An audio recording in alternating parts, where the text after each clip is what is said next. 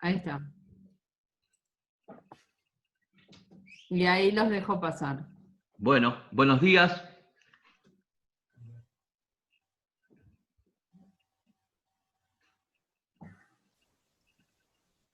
¿Está? Hola.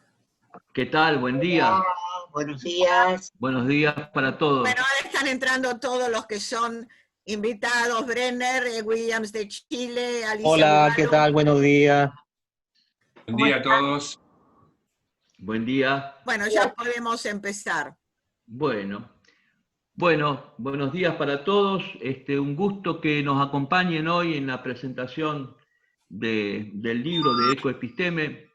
Esta tarea que, como ya hemos conversado en otras oportunidades, encaramos con Celina Lertor hace muchos años y que, en definitiva, año a año hemos ido intercambiando opiniones, generando nuevos proyectos, abarcando distintas temáticas, y con la colaboración de todos ustedes podemos, digamos, trabajar en la edición de esta edición 2020, que es muy compleja, producto de la situación de la pandemia y de la cuarentena que estamos atravesando. Por lo tanto, la idea es hoy compartir lo que son los distintos proyectos que ustedes, los distintos artículos que ustedes han presentado. Vamos a tomar 5 minutos nada más cada uno, porque son muchos disertantes y porque la idea es mostrar apenas un pantallazo de qué trata cada uno de las temáticas que están insertas en el libro. De más está decir que les agradezco a todos muchísimo, y en particular a mi compañera y amiga Celina Lertor. Vamos a arrancar entonces con una palabra de Celina y después pasamos a cada uno de los disertantes. Gracias, Daniel. Yo solamente quería decir que ha sido una experiencia muy importante, porque si bien siempre desde el comienzo hemos admitido la presentación online con mejores o peores tecnologías, nunca había sido un simposio nuestro totalmente no presencial. Esta experiencia muestra que es posible superar los problemas de convivencia personal imposibilitados por estas situaciones, y por eso creo que es una obra muy especial en este sentido. Y agradezco a todos los que pusieron su empeño para que esto saliera muy bien. Fundamentalmente quiero agradecer a la Universidad AUCEL, Universidad del Centro Educativo Latinoamericano, que puso y está poniendo su tecnología y su gente al servicio de este proyecto. Por mi parte, solamente quería decir que mi tema, el tema de concienciar a las personas sobre la responsabilidad en materias de desastres naturales, surgió por los incendios, por el horror de los incendios en Brasil y en Australia el año pasado. Paradojal y tristemente, ahora los organizadores de esto en Rosario tienen enfrente una quema bastante grave en las islas que están enfrente a Rosario. Es decir, seguimos con ese problema porque no pareciera que los grandes desastres que pasaron no nos han ayudado. A esto se sumó el coronavirus, y esto determinó que una buena proporción de los trabajos en realidad enfoquen este problema. Creo que tendremos que retomar el año que viene nuevamente este problema de la conciencia, de la responsabilidad personal por los desastres que voluntaria o involuntariamente causamos. Por mi parte nada más, y bueno, no sé, Daniel, te pido que sigas la coordinación. Bien, perfecto. Pasamos entonces ahora a Edith Antal. Bueno, buenos días a todos.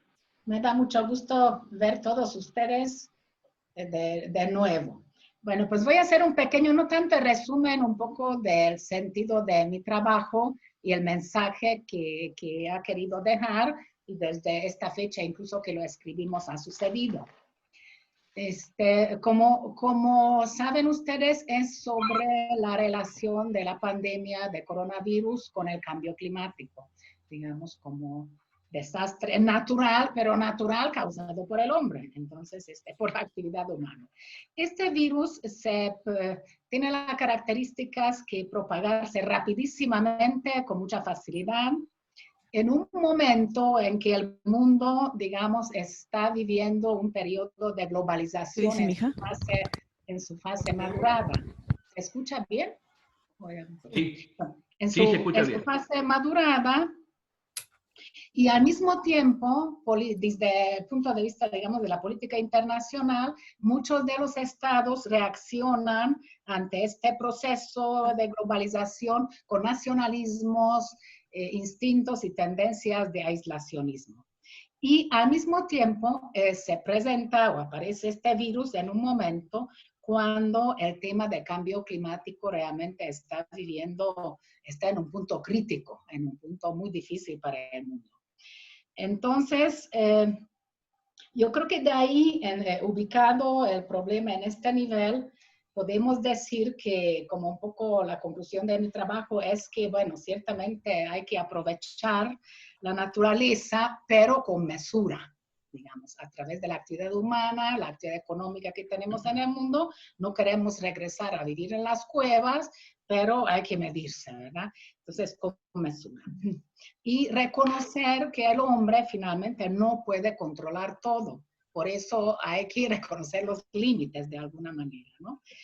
Entonces, creo que se ha presentado una situación en que todo el mundo ha vivido los problemas de virus al mismo tiempo. O sea, como que un poco al mismo ritmo se ha presentado en todas partes del mundo, que otra vez subraya un poco la naturaleza global de los fenómenos que vivimos, que de ahí, desde el punto de vista de política internacional, no puede quedar otra idea de que es absolutamente importante cooperar entre los países, ¿no? Bueno, entonces en el trabajo concretamente yo trato de mostrar que el origen tanto del problema de la pandemia actual de COVID-19 o cualquier otro virus que podría, o patógeno que podría brincar de la naturaleza o de los animales al ser humano, tiene orígenes parecidos que el cambio climático. Pero las respuestas políticas y de los distintos países a nivel global y también a nivel nacional de cada país son diferentes ante este fenómeno que pues requiere un poco de reflexión. Y bueno, y ante el virus pues ha habido básicamente tres reacciones diferentes. Uno es una especie, uno de lo más radical ambientalmente es que hay una especie de venganza de la naturaleza, ¿no? Que nosotros, el ser humano, invadimos la naturaleza y entonces la naturaleza regresó con una venganza, que es la tesis. Luego está el extremadamente liberal, que sostiene que realmente no pasó nada, el mercado y la tecnología va a resolver todo, nos vamos a entrar en normalidad y seguimos básicamente con lo mismo. Yo creo que la tesis que a mí me gustaría, digamos, entender de esto es una especie de combinación o medio de los dos, que sí hay que queremos aprovechar la naturaleza para el ser humano, para la actividad económica, pero tenemos que reconocer los límites. Eso tiene límites y tiene que estar, digamos, regulado constantemente por diferentes factores, ¿no? Edith. Sí. Perdón, estamos en tiempo. Son 5 minutos cada uno. Sí, en una sola frase. Entonces creo que desde el punto de vista de virus, pues vamos a ver cómo se actúa cada país y, por ejemplo, desde el punto de vista de cambio climático, sería suficiente estos límites determinar que gastar a partir de ahora seriamente, más o menos, según los cálculos de los economistas, un 2% del Producto Interno Bruto de los países para atacar este problema. Y así, de esta forma, el daño no sería tan grande como podría ser. Bueno, hasta ahí sería mi comentario. Muchas gracias. Muchas gracias, Gracias, Edith. Sí. Bueno, pasamos entonces ahora a la segunda ponencia, Catalina García Espinosa.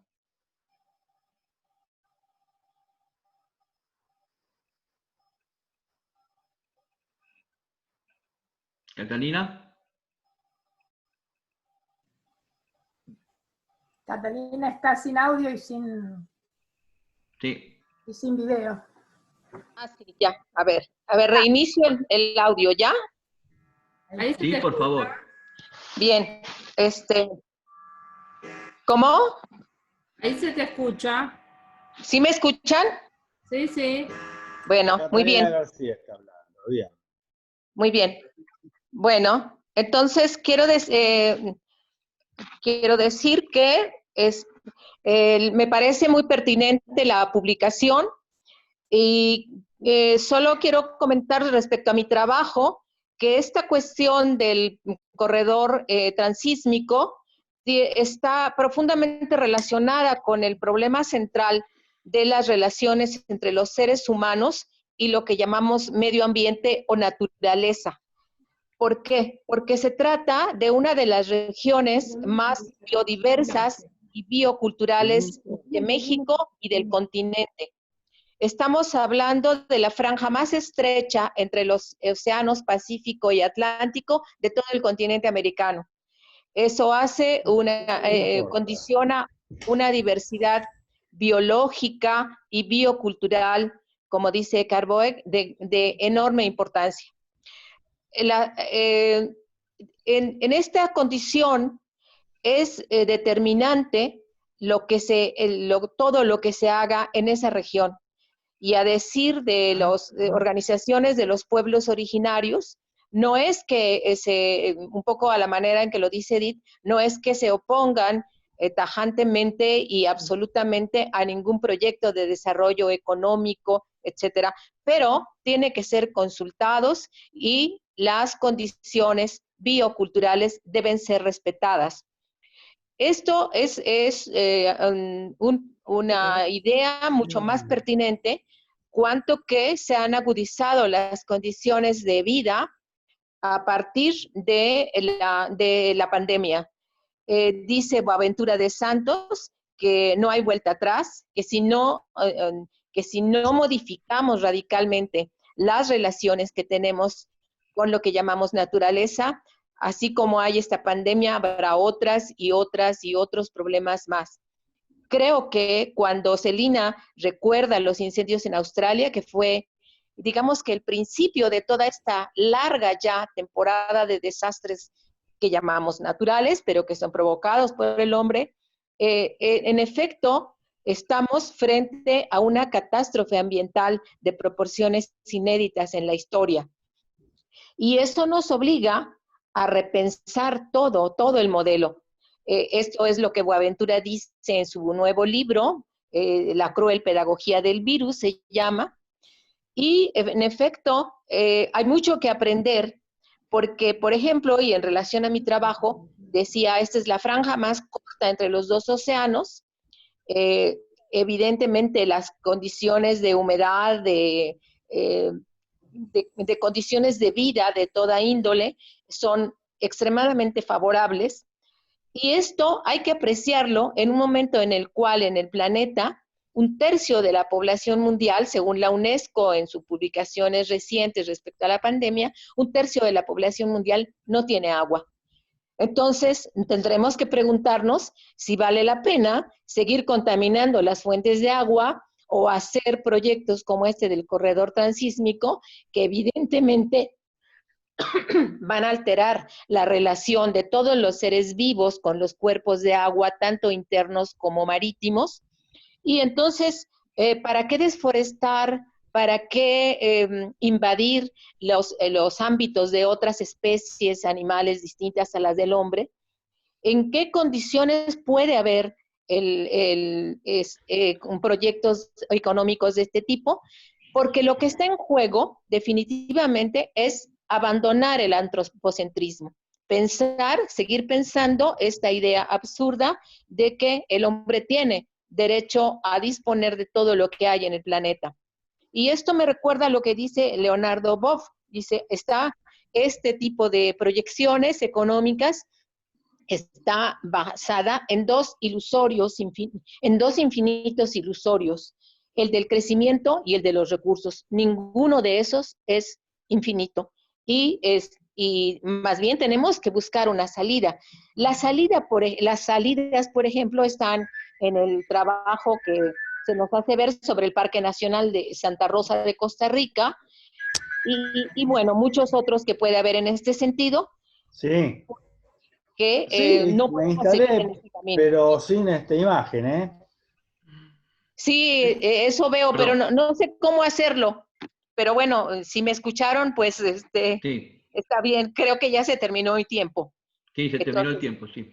sí, gracias, pero no pude resolver lo de la imagen, pero bueno, aquí estamos. Bueno, muchas gracias, Catalina. De nada, Gracias por Daniel. todo. Bueno, seguimos con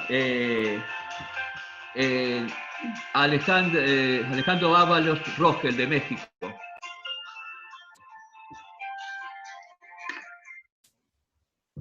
Muchas gracias por la invitación y gracias por a Celina y al doctor Coria por haber coordinado este maravilloso libro. Efectivamente, como comentan mis colegas que me preceden, es necesario cuestionar un modelo económico comercial dominante que ha llevado al planeta a estos niveles alarmantes de contaminación y de ecocidio. Y en el terreno social, pues estos grados también indignantes de injusticia a nivel de salud, de educación, de condiciones laborales y pues de la vida de los seres humanos. Entonces el planteamiento es cómo repensar esta relación hombre, mundo, ecosistema. Hay que cómo descolonializarnos de esta cosmovisión que estamos en este momento, en esta coyuntura de antropocentrismo. Cómo recuperar este ecosistema, esta sabiduría universal que de alguna manera ya los pueblos originarios venían, ya tenían asumida, y que en este ecocidio, en este, no solamente en este ecocidio, sino también en esta, en este modelo en el que estos saberes fueron aniquilados en el momento de la colonización. Entonces aquí, para recuperar esto, surge el tema educativo, que es el que pongo en el centro. La educación se plantea como el ámbito donde es posible repensar los modelos de la sostenibilidad. No la sostenibilidad del modelo económico, sino la sostenibilidad de esta relación sana entre el hombre y su ecosistema, considerando que también el hombre es naturaleza. Entonces se requiere construir en primer lugar un proceso transformador con los otros que lleve a curar, reparar y transformar las relaciones en y con el sistema mundo, desde el proceso de deconstrucción y reconstrucción de las formas en que producimos y consumimos. Por eso también es necesario actuar en términos de una gestión de la sostenibilidad que lleve a respetar los sistemas silvestres, y pues como no es posible regresar a esta situación de normalidad después de cada brote de la pandemia, se requiere sistemas de resiliencia y nuevos sistemas de producción, de respeto, que nos permitan ver esta relación de otra manera. Recuperar los saberes tradicionales, recuperar esta nueva relación de hombre-mundo, creo que es un momento que es algo importante, y es la educación donde es posible que se haga. No esta educación que va de manera paralela a lo que es la vida, sino una educación que restablezca este lazo. Muchas gracias. Muchas gracias, Alejandra. Gracias. Seguimos ahora con Diana Méndez, de México. Hola, ¿qué tal? Buenos días. Buenos días. Bueno, antes que nada quisiera darles las gracias a todos ustedes por darme la oportunidad de participar en un proyecto tan bonito como es este de Coepisteme, que ya tiene su larga trayectoria, que todos ustedes tienen su larga trayectoria. Y también les quiero dar las gracias por ser de las generaciones de más arriba de mí, que se preocupan por el medio ambiente, que se preocupan por esta relación de humano-ambiente. que gracias a ustedes mi generación puede todavía trabajar sobre lo que ustedes ya han construido a lo largo de los años y que esto se ve reflejado en el libro que estamos presentando actualmente. Entonces, les prometo que en mi generación vamos a seguir trabajando en torno a esto. Bueno, y ahora perdón, hay un gato aquí. Y ahora en cuestión del trabajo, lo que yo presento es más bien la interacción de los microplásticos con el medio ambiente, cómo afectan estos al medio ambiente. Y es una investigación, a pesar de que sea un poco técnica, es un problema real, un problema que ya deja de ser una fantasía, que ya está demostrado científicos, los podemos encontrar en células animales, en nuestra comida, en seres acuáticos, en los pescados, que pues podemos ver una serie de problemas macroscópicos en catastróficas imágenes como de las tortugas atoradas en pedazos de plástico o situaciones por el estilo, pero lo que no vemos es el peligro de lo invisible, que está ahí y que es un problema que sabemos que no nos vamos a deshacer tan fácil de los plásticos, sobre todo en tiempos de pandemia donde tenemos que usar cubrebocas, guantes, que toda la comida a domicilio viene empaquetada en residuos desechables. Y ahora más bien el cuestionamiento es ahora cómo sería el manejo de estos residuos, cuál sería una alternativa de estos manejos, cómo degradarlos y reincorporarlos al medio ambiente sin la necesidad de tener un problema de ecosistemas, ¿no? Entonces, bueno, hasta ahí sería mi participación. Los admiro a todos ustedes y muchas gracias. Muchas gracias, Diana. Muchísimas gracias. Alejandro Águila Martínez de México.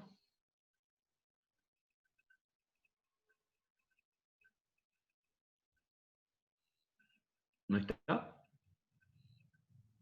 No. Bueno, seguimos con el próximo, después retomamos en el caso que venga. Ronald Díaz Bolaño, de Costa Rica. Ronald, mi gran saludo y mi recuerdo de nuestro trabajo en Costa Rica. Sí, igualmente, Daniel, mucho gusto vernos de nuevo. Gracias también a todas las personas que están participando en esta actividad. Y el artículo que Gabriel Madrid, que espero que en un ratito se conecte, y yo presentamos, es parte de una serie de investigaciones que hemos venido realizando acá en Costa Rica sobre el corredor seco centroamericano, en cual han participado otros también compañeros y investigadores en el marco del Centro de Investigaciones Geofísicas. Nosotros concentramos nuestros estudios principalmente en el noroeste del país, en lo que es un lugar que se llama Coajiniquil de la Cruz. Ya en un ecoepistema anterior nosotros hicimos un trabajo sobre todo lo que es el aspecto histórico de esta comunidad y que se encuentra, digamos, bastante influenciado con lo que es el Parque Nacional Santa Rosa. El corredor seco centroamericano es una zona del continente que propiamente lo que es la parte ísmica de América Central se encuentra principalmente en la vertiente del Pacífico, y entonces son zonas que es propensas a las sequías por sus condiciones físicas.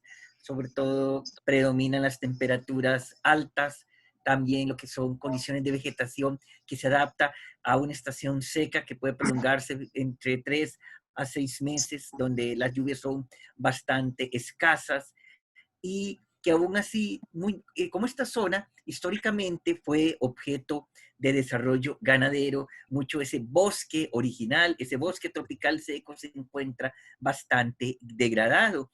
Entonces, en el caso del Parque Nacional Santa Rosa, se funda, más que no tanto como una premisa para lo que es la conservación de la naturaleza, sino más bien para conservar aspectos relacionados con la memoria histórica del pueblo costarricense, porque ahí la casona de Santa Rosa, que dicho sea de paso, fue destruida por un incendio intencional en el año 2001. También rememora a una batalla de un conflicto armado que tuvo lugar en Centroamérica a mediados del siglo XIX, y entonces se decide conservar esa zona, se decide conservar los aspectos históricos, pero también se dispone también proteger parte de la vegetación que lo rodea. Sí, ya en los años 70 hay una idea como de ampliar la zona y se adquiere la hacienda Murciélago, que era propiedad de la familia Somoza, que gobernó dictatorialmente en Nicaragua, gran parte del siglo pasado. Posteriormente se le agrega lo que es la hacienda Santa Elena, porque había una discontinuidad entre ambos parques nacionales. Y últimamente se le asigna también un sector marítimo para proteger la biodiversidad en la parte costera, que es una zona que también, dicho sea paso, protege las rocas, los afloramientos rocosos más antiguos que hay en el país. Y es una zona de alto interés turístico por sus playas, por sus islotes. Entonces, ahí convergen muchos elementos, pero sobre todo que, dadas las condiciones físicas, es la presencia de incendios, que estos incendios lo que hacen es consumen gran parte de una zona donde la vegetación ha estado en proceso de regeneración debido a que originalmente había, digamos, pastizales, entonces que con el paso del tiempo se fueron regenerando y dieron lugar a bosques de carácter secundario, y ya hay un interés de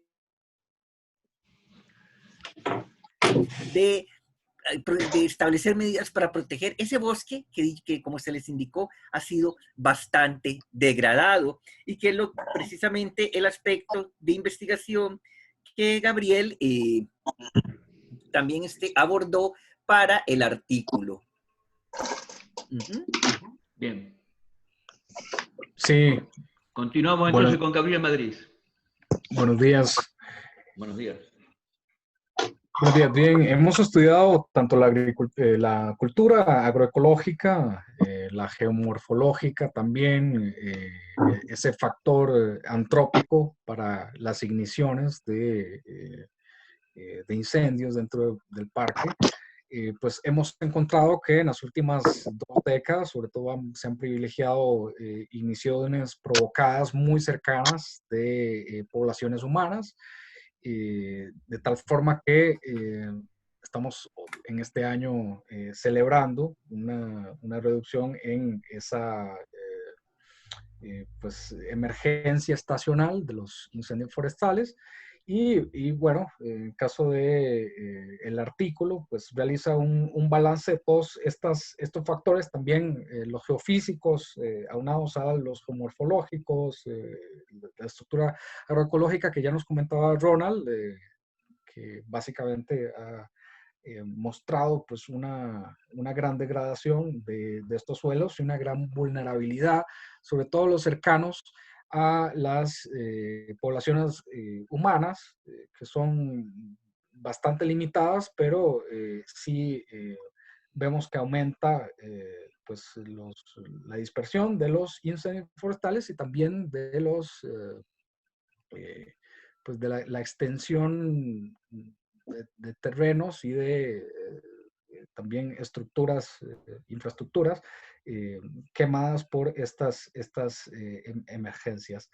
Es muy importante también los efectos que ha tenido el Niño, han sido importantes previo a la década del 2000, y los niños que se han presentado en Costa Rica a partir del año 2000, pues no han tenido tanta significancia de acuerdo con los estudios, los balances que se han hecho en esta región.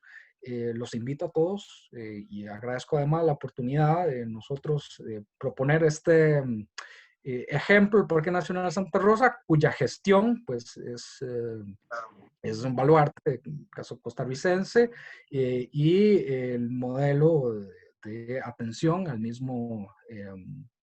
los mismos incendios forestales, pues se ha aplicado en otros parques nacionales con un éxito inusitado en las últimas 2 décadas. De tal forma que muchísimas gracias por la invitación y muy complacido con pues la edición y el trabajo que he realizado con Ronald. Muchas gracias. Gracias, Gabriel. Muchísimas gracias. Muy interesante. Vamos ahora a William Ibarra de Chile. Muy bien. Hola, buenos días a todos. Muchas gracias a la doctora Celina, a doctor Coria y al grupo editorial de Ecoepisteme por el fantástico simposio, coloquio, congreso de todos los años, y a vosotros porque el texto está en un entramado de relaciones que desde la filosofía, en el caso de mi charla, viene a establecer la posibilidad de pensar el dispositivo Vitactiva, que es un dispositivo acuñado el siglo XX por la teórica, la política filósofa alemana judía Hannah Arendt, en el cual los aspectos de la labor, en el sentido de que ella clasifica labor, trabajo y acción, vienen a considerar el entramado del mundo que establezco desde lo fenomenológico, especialmente en la relación hombre-mundo-biosfera. Es decir, solamente el hombre va a poder tomar acciones mientras genere una conciencia de sí, estableciendo que las relaciones fundamentales de su existencia debe estar imbricados los aspectos, ¿no?, de la biosfera, de los ecosistemas bióticos, en la medida en que su acción, que es la tercera esfera del dispositivo Vitactiva, toma conciencia efectivamente, como bien establece Hannah Arendt, que es la posibilidad de ser pensado, es decir, que esta acción, que es la forma en que el hombre aparece, ¿no?, arrojado al mundo en su existenciario, conoce, da cuenta de qué es lo que tiene de inmediato, y en este caso es el mundo, la biosfera, y los propios sistemas de los cuales también pertenece, ¿no?, acuñando las investigaciones que ya había hecho más de 2500 años atrás el propio Aristóteles, en el sentido del entramado, ¿no?, de todo lo que vive, y todo lo que vive implica naturalmente un respeto. Entonces, como también en otros años anteriores, establecido la generación de una conciencia, ¿no?, en la comprensión de este dispositivo Vitactiva, para poder precisar aquellos aspectos, consideraciones, porque el hombre va a seguir cometiendo los mismos errores siempre, si no toma conciencia real en la acción, ¿no?, que filósofos, científicos, etcétera, han llamado a la urgencia ecológica desde los desastres que han sido no de la naturaleza, sino que del propio ser humano, contaminando, incendio, etcétera, etcétera, como nunca antes en la historia de la humanidad. Así es que, en síntesis, el planteo del trabajo viene a establecer la necesidad de comprender el dispositivo Vitactiva para el entramado de las relaciones humanas, y de ahí tomar acciones en las políticas públicas que los estados están llamados a hacer en la representación de una democracia decente. Bien, muchas gracias. Muchas gracias, William. Pasamos entonces a Miguel Andrés Brenner, de Argentina.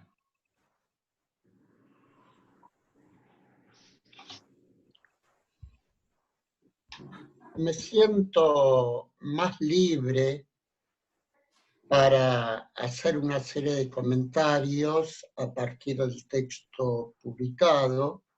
Digo más libre porque el día del simposio uno tiene que adecuarse sistemáticamente al texto. Ahora simplemente me voy a disparar a partir de ese texto, porque el que quiera leerlo puede hacerlo. ¿Y desde dónde me disparo? Carlos Marx, en las 11 tesis sobre Feuerbach, precisando en la segunda, él sostiene que la verdad no es una cuestión especulativa. La verdad es una cuestión que se da en la praxis, en la práctica. Entonces, ¿hasta qué punto lo que uno predica es verdadero o no? Es verdadero en cuanto se materializa en la praxis. Recuerdo que La última clase o la penúltima que tuve con un curso de escuela secundaria de sectores populares, les leí un texto sobre el cuidado del medio ambiente a mis alumnos, emitido por la Academia Nacional de Ciencia para los alumnos de las escuelas públicas.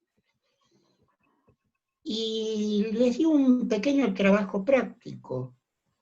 Y unos cuantos alumnos me decían, ¿por qué nos piden que nosotros individualmente cuidemos el medio ambiente cuando solos, que lo cuidemos o no, es un grano de arena? Pero quienes ejercen el poder político y el poder económico son los principales responsables. Entonces, lo que me planteo es lo siguiente: si todos somos culpables, nadie es culpable. Y si nadie es culpable, ¿quién sería el culpable? Esta praxis es también educativa o mal educativa. Se solicita el cuidado de la casa del hombre, cuando dicho cuidado globalmente es ausente. Entonces me planteo una especie de metáfora. ¿Será a modo de una obsesiva pulcritud en la limpieza del hombre de cuello blanco, ojos celestes y pelo rubio, mientras defeca el universo a mano? A partir de aquí, un simple dato. Cuando reiniciemos presencialmente la educación en las escuelas, la mayor parte de las escuelas públicas, sus baños son desastrosos en términos de higiene. No tienen jabón, no tienen los mínimos materiales que necesita alguien cuando va a ese lugar. Y si eventualmente se pusieran esos materiales, es muy probable que al poco tiempo desaparecerían. Ahora, obviamente, no voy a negar la responsabilidad personal. La cuestión es que hay diferentes responsabilidades. Las responsabilidades de quienes ejercen el poder, sea del tipo que sea, hasta bajar a las responsabilidades que también son individuales, pero no con la misma jerarquía. Si vemos el caso de la quema de los pastizales en las islas que se ubican frente a la ciudad de Rosario, ¿qué pasó con la pandemia? Esto prefigura de alguna u otra manera un mundo distópico. Con la inteligencia artificial, o gracias a ella, podemos ver un lomo de burro cuando circulamos con el automóvil. Pero con la inteligencia artificial no podemos ver focos ígneos en el Amazonas o en cualquier pulmón del mundo. ¿Será que eso no es redituable al mercado?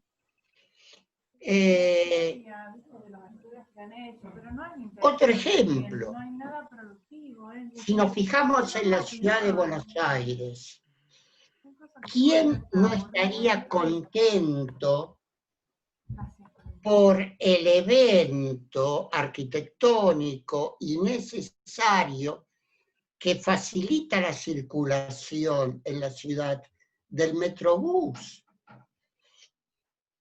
Pero ¿Por qué se priorizó eso y no el agua potable en las llamadas villas miserias que existen en la ciudad de Buenos Aires, lo que serían, por ejemplo, las favelas en Brasil?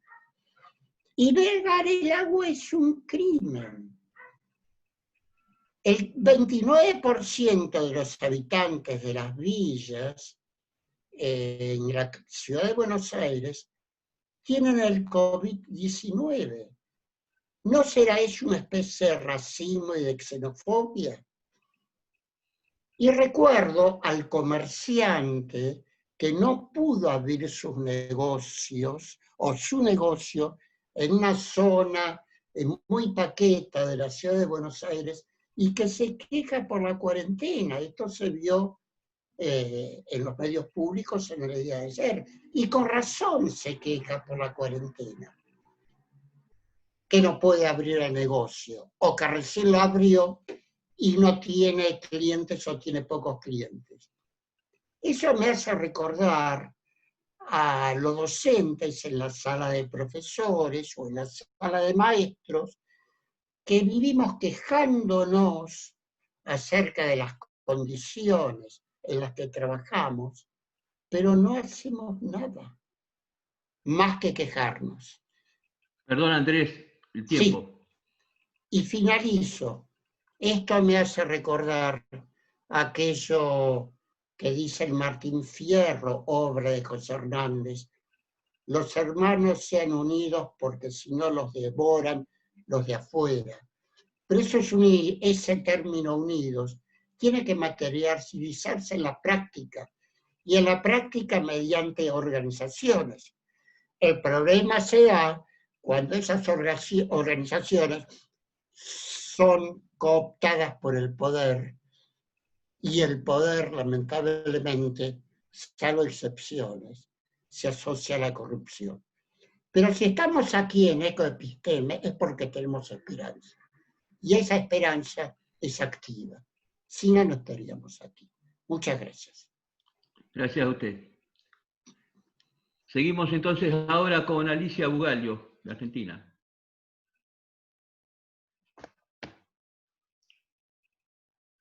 Alicia. Ahí voy. Buen día, ¿cómo están todos? Buen día, ¿cómo estás? Bueno, felizmente todos los trabajos presentados en este libro, como todos los otros publicados en la serie, larga serie ya de presencia que tiene Ecoepisteme desde el año 2006, por suerte todos esos digamos, logros y construcciones y proyectos que se presentan no son solo palabras, sino que han mostrado en la mayoría de los artículos avances sobre esto negativo que nos marcaba Andrés, sobre este otro costado de insatisfacción que puede haber en la gestión de nuestra situación en la biosfera. Y bueno, de alguna manera, como él dice, por algo seguimos luchando en esa dirección. Mi trabajo, que era sobre el tema de como una especie de lineamiento de algunos momentos en el proceso de la ideología de la conservación o del cuidado de la naturaleza, bueno, está en el libro, no quiero volver a repetir, pero marca de alguna manera una progresión que implica también una maduración en la manera en que el hombre ha ido, digamos, conociendo y conociéndose en relación a la biosfera, marca una, digo yo, una evolución positiva hacia algo preferible, en el sentido de no dejar la naturaleza preservada por un lado afuera y la humanidad, digamos, destructiva del otro lado, sino cómo se va ido integrando de la mejor manera, con los mejores deseos de superar ese abismo, en procesos más sustentables, como yo puse el modelo de la reserva de biosfera, pero hay muchos otros, la participación de particulares, la participación también de grupos de las Fuerzas Armadas, en fin, como hay una progresión ahí. No estamos en el mismo punto, si bien podríamos mostrar insuficiencias todavía y también problemas tremendos diría yo, de corrupción de la cuestión pública, en el sentido que hay avances en lugares protegidos donde hay usos indebidos, digamos, de la naturaleza. Pero yo quisiera redondear mi participación con una consideración más global sobre mi participación en Ecoepisteme, ya desde el año 2012, qué es lo que yo voy tomando, qué es lo que yo voy logrando en esta conjunción de voluntades. Por un lado, valorar que hay un sector de la ecoepisteme que es las cuestiones marco, donde aparece la ecofilosofía, las ecosofías, estas reflexiones de las que yo de alguna manera participo. Y me parece que hay una posibilidad de ir integrándonos tanto con los diagnósticos como con los proyectos alternativos, y ir transformándonos en aquello que sería lo deseable, ser como terceros instruidos, una expresión del filósofo Michel Serres, no estar solo en mi disciplina enfrente a la disciplina del otro, sino de alguna manera ir hibridando mi saber, de alguna manera estar atento al saber del otro, y entonces ir transformándome en un tercero instruido, no en un tercero excluido, o A o no A, sino en un tercero instruido. Y yo he devenido un tercero instruido a lo largo de estos años en el Ecoepisteme, participando, y veo cómo desde la filosofía me va enriqueciendo aportes de otras disciplinas que tienen que ver con cuestiones de la gestión de la educación, las cuestiones que se plantean sobre cómo consumimos, qué consumimos, cómo se trabaja, cómo se conserva la naturaleza, este Green New Deal, este nuevo acuerdo verde del que hablaba Edith Antal, ¿no? Entonces, ¿a mí qué me aporta? Me aporta en una línea de trabajo que es la antropología ecofilosófica. ¿Se acuerdan que la antropología filosófica, al menos en la figura de Kant, se hacía algunas preguntas clave, ¿no? ¿Qué puedo conocer? ¿Qué debo hacer? ¿Qué me está permitido esperar? Bueno, en global, ¿qué es el hombre? Y acá en Ecoepisteme tenemos mucho ya de lo que sí podemos conocer, de lo que ya sabemos, y luego saltamos al qué debo hacer. Y ese es el dilema que también Celina lo dejaba planteado para seguir trabajando en eso. ¿Cómo generar conciencia y que la conciencia sea cambiada a partir de lo que sí ya sabemos, ¿sí? Para que bueno, se vean efectos mejores en la educación, nuestro cambio, que se está exigiendo un cambio en el antropos, ¿sí? Nuestra antropología ecofilosófica ya a partir de lo que sé me impone como agente moral una manera distinta de qué debo hacer, ¿sí? Entonces me tengo que hacer cargo de eso que sé. Y creo que eso es lo que circula en estas sagas de alguna manera de Ecoepisteme, este enriquecimiento mutuo entre lo que ya vamos sabiendo y lo que está pendiente de que debiéramos hacer, ¿no?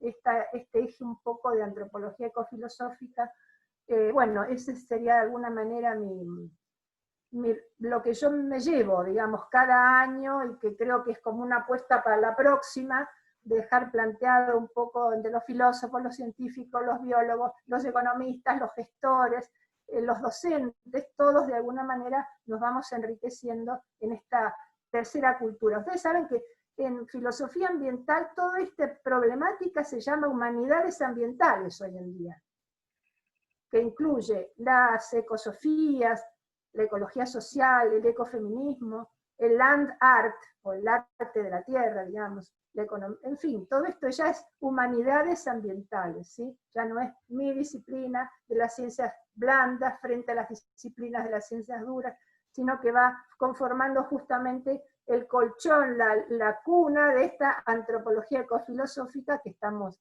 construyendo de a poco. Bueno, gracias. Gracias, Alicia. Justamente los coordinadores de esta actividad somos de las ciencias blandas y de las ciencias duras. Así Exacto. Que hemos compartido esto durante muchos años, por eso ese es el motivo. Pasamos ahora a Carlos Enrique Berbeglia, de Argentina.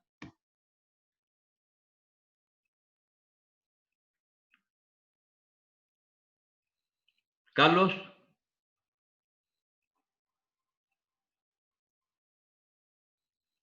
Carlos está sin sonido también. Está sin imagen, pero está sin sonido.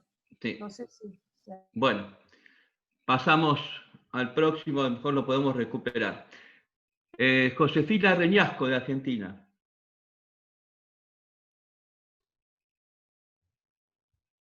¿Está? ¿No está? Bueno, ok.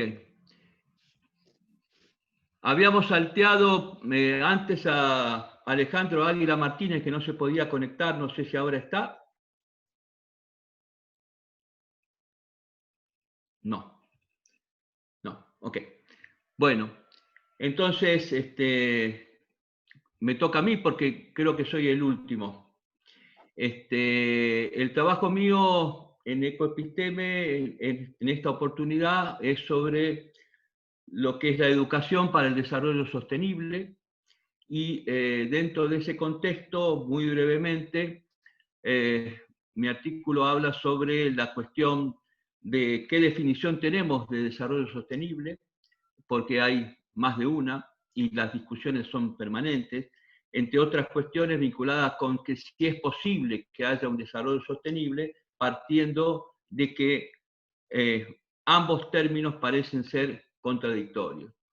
En realidad se ha discutido mucho sobre eso y lo que, en mi opinión, tenemos que hacer es justamente avanzar sobre lo que significa la calidad de vida de nuestra gente, de todos nosotros, más allá de las concepciones que puedan ser economicistas o ecologistas a ultranza. Me parece que tenemos que plantearnos la posibilidad de una evolución en nuestra calidad de vida manteniendo las condiciones a nivel planetario en un estatus mucho mejor que el actual y evitando los deterioros que estamos observando permanentemente.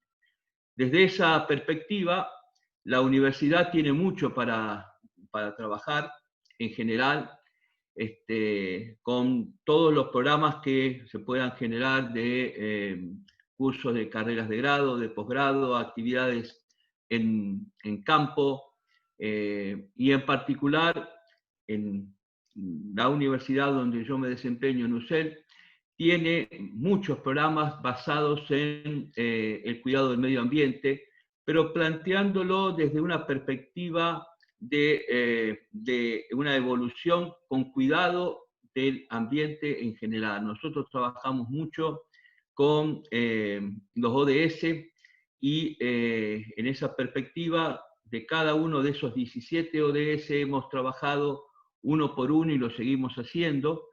Algunas cuestiones muy importantes son, por ejemplo, la medición de la huella de carbono, que hemos hecho el año anterior en la universidad, la posibilidad de tener una perspectiva de producción de alimentos a muy bajo costo y con impacto ambiental muy cercano a cero. Esta situación de generación de alimentos para una población que en la ciudad de Rosario, donde estamos, tiene una importantísima cantidad de gente viviendo en condiciones de villa miseria, como decía Andrés, y que necesariamente requiere alimentos que sean de alto valor nutritivo, de alto valor proteico y con bajo impacto ambiental. Por eso es que tenemos una planta piloto que trabaja en ese tema, pero tenemos muchas líneas de investigación trabajando sobre cuestiones medioambientales, en particular con el uso de distintos productos alimentarios, como por ejemplo la soja, que es, o soya, como le dicen en otros países, en los cuales trabajamos para que no se venda este producto como un commodity, sino que tenga la necesaria aplicación en nuestro contexto, partiendo de la base que de un producto que es un commodity, que se exporta prácticamente todo como grano, sin procesar, se pueden extraer más de 500 productos que podrían ser de suma utilidad para nuestra región y para nuestro país.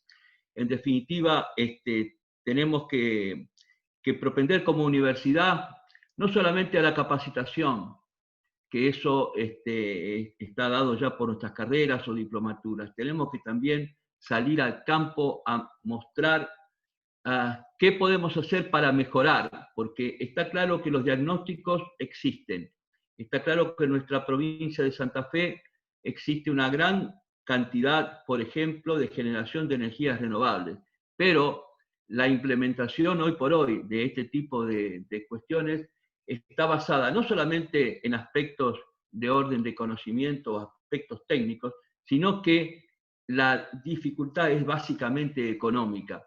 Y por lo tanto, me parece que lo que tenemos que discutir es la forma de generación de alimentos, de energía, cuidando a nuestra propia gente, partiendo de la base que nuestra región básicamente es agrícola ganadera y que existen innumerables dificultades para mantener un suelo apto, un agua subterránea que sea adecuada.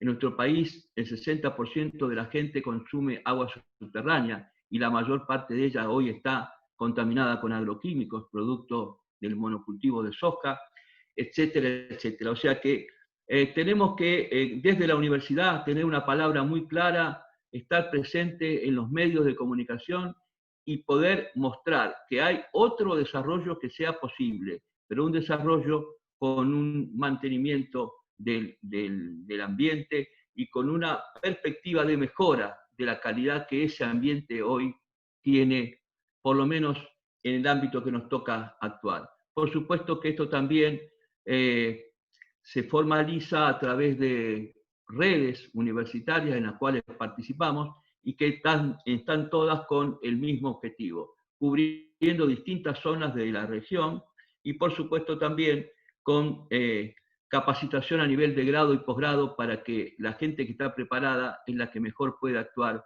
durante su vida personal y profesional. Muchas gracias. Yo le quería pedir ahora a Celina, que es la verdadera hacedora del libro, que nos cierre con una reflexión final sobre el libro de Ecoepisteme.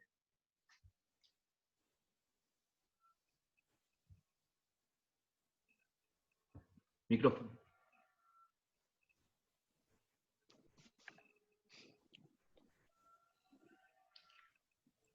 Date sonido, Celina. Ahí está. Ya está. Ahí está. Bien.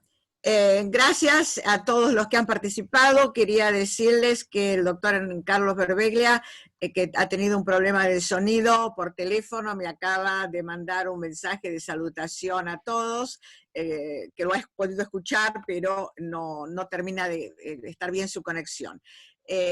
Los demás que no han podido entrar también son bienvenidos a la lectura y a un comentario que quieran hacernos por correo electrónico, que todo esto será circulado entre el grupo.